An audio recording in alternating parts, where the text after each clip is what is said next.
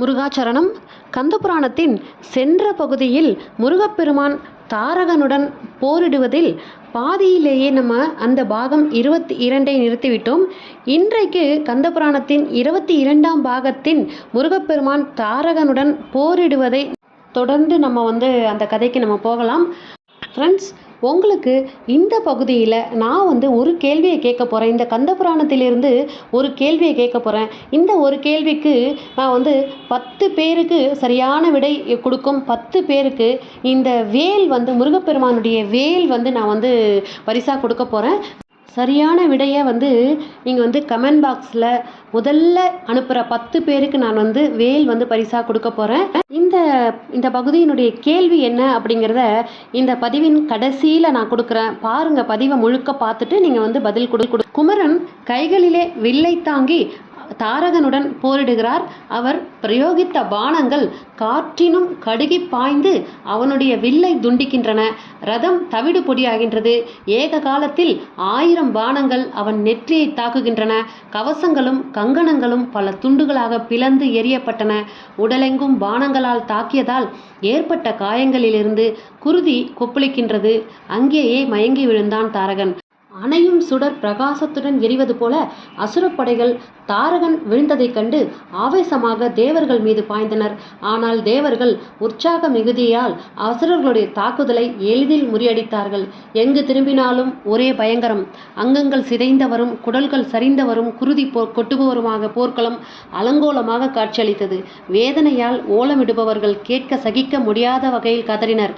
சற்று நேரத்திற்கெல்லாம் தாரகன் மயக்கம் தீர்ந்து எழுந்தான். சிறு பாலகனுக்கு எதிரே தன்னுடைய ஆற்றல் அனைத்தும் அழிந்து போயிற்றே என்று மலைத்தான். எந்த விதத்திலாவது குமரனை கொன்றே தீருவது என்ற நினைப்போடு அவன் மீண்டும் அஸ்திரங்களை பிரயோகித்தான். பிரம்மாஸ்திரம், நாராயணாஸ்திரம் முதலிய அஸ்திரங்களை குமரவேலை நெருங்கும் போது மிகவும் அடங்கி ஒடுங்கி அவரை வலம் வந்து மலர் கொத்துக்களாக திருவடிகளில் விழுந்தன. தாரகனுடைய சீற்றம் எல்லை மீறிவிட்டது. பாசுபதாஸ்திரத்தை எடுத்து அதை மனதினால் பூஜித்து பிரயோகித்தான். சகல ஜீவன்களும் நடுநடுங்க அது மிகுந்த வேகத்துடன் நெருப்பை கக்கி கொண்டு பாய்ந்தது. தேவர்கள் ஹரஹர சம்போ என்று அலறிக்கொண்டு முருகனிடம் ஓடினார்கள். முருகனோ சிறிதும் பதற்றம் அடையாது தன்னை நோக்கி விரைந்து வந்த அஸ்திரத்தை 2 கைகளாலும் பணிவோடு கிரகித்து கண்களில் ஒற்றிக்கொண்டார். அது அழகிய மலராக அவருடைய திருக்கரங்களில் மலர்ந்தது. பார்த்தான் அசுரன். இனி அஸ்திரங்கள் ஏதும் பயனில்லை என்பதை உணர்ந்தான். மாயையை ஏற்றது என முடிவு செய்து உதவிக்கு வருமாறு கிளஞ்சமலையை வேண்டினான்.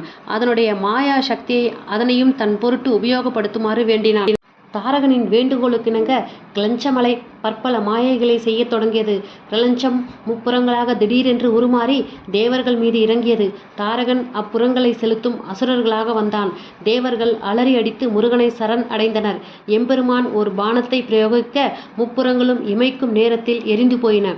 கிளஞ்சம் கருமையான மேகங்களாகி வானிலை வந்து மூடியது. அசுரன் அவற்றினிடையே இடியாக தோன்றி அனைவரையும் நடுங்கச் செய்தான்.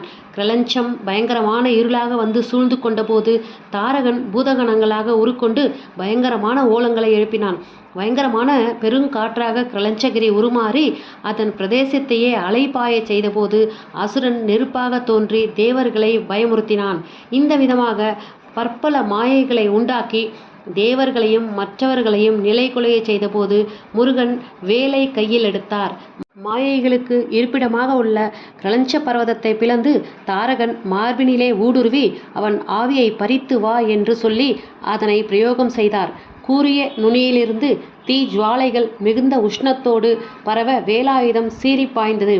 கிளஞ்சமலையின் நடுவினிலே பாய்ந்து அதை 2ஆக பிளந்தது. அப்போதே மலையில் மாயைகள் அனைத்தும் அழிந்து போயின. மயக்கமுற்று கிடந்த வீரபாகு தேவரும் அவருடைய வீரர்களும் மயக்கம் நீங்கி கண் விழித்தனர். எங்கே அசுரன் என்று கோஷமிட்டவர்களாய் அவர்கள் யுத்த களத்திலே பாய்ந்தனர்.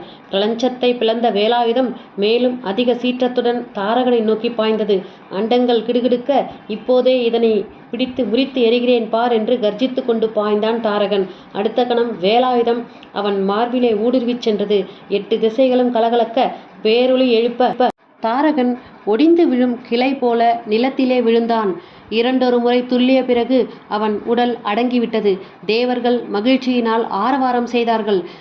தேவ துந்துபி முழங்கியது. ஆகாயத்திலிருந்து பூமழை பொழிந்தது. அசுரன் ஆவி குடித்த வேலாயுதம் ஆகாய கங்கையில் மூழ்கி புனிதத்தன்மை பெற்று மீண்டும் முருகனை வந்தடைந்தது. முனிவர்கள் முதலானோர் மங்களகரமான வாக்கியங்களால் முருகனை போற்றி கொண்டாடினர். தேவர்கள் கந்தபெருமானை நெருங்கி அவரை பணிந்து, ஐயனே, அசுரனால் கொல்லப்பட்ட நம்முடைய வீரர்கள் உயிர் பெற்று எழ அனுக்கிரகம் செய்ய வேண்டும் என்று கூறினார்கள். குமரன் அவ்வாறே அவர்களை எழுப்பி அருள் புரிந்ததோடு தாரகனிடமிருந்து தாம் கிரகித்து கொண்ட பாசுபதாஸ்திரத்தை வீரபாகு தேவருக்கு அளித்து கௌரவித்தார். பின்னர் தேவர்களும் வீரர்களும் உடன் வர முருகப்பெருமான் அங்கிருந்து புறப்பட்டு தென் திசை நோக்கி சென்றார். இமயத்தின் எல்லையை கடந்த தேவகிரியை அவர்கள் அடைந்தபோது அஸ்தமன சமயமாகிவிட்டது.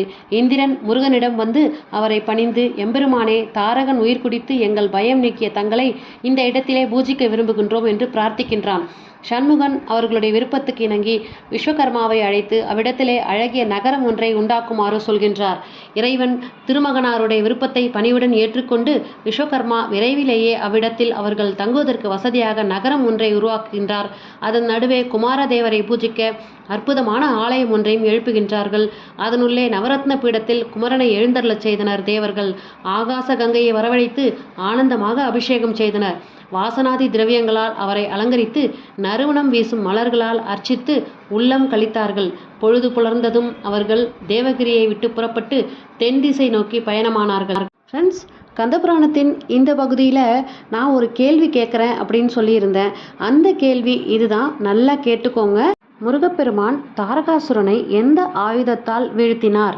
இதுதான் கேள்வி. நல்லா கேள்வியை ஞாபகம் வச்சுக்கிட்டு இந்த பகுதியை நல்லா பாருங்க.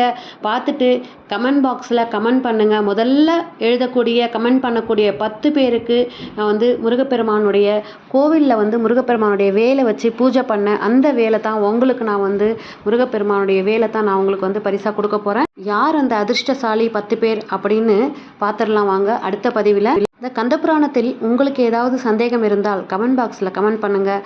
அதற்குண்டான விளக்கத்தை நான் தருகிறேன். இந்த பதிவு பிடிச்சிருந்ததுன்னா இந்த பதிவுக்கு ஒரு லைக் கொடுத்துட்டு ஹைப் அப்படிங்கிற ஆப்ஷனை கிளிக் பண்ணுங்கள். அப்போ தான் இந்த பதிவு இன்னும் 4 பேருக்கு போய் சேர வாய்ப்பு இருக்கின்றது. மீண்டும் அடுத்த பதிவில் சந்திக்கிறேன். வெற்றிவேல் முருகனுக்கு அரோகரா.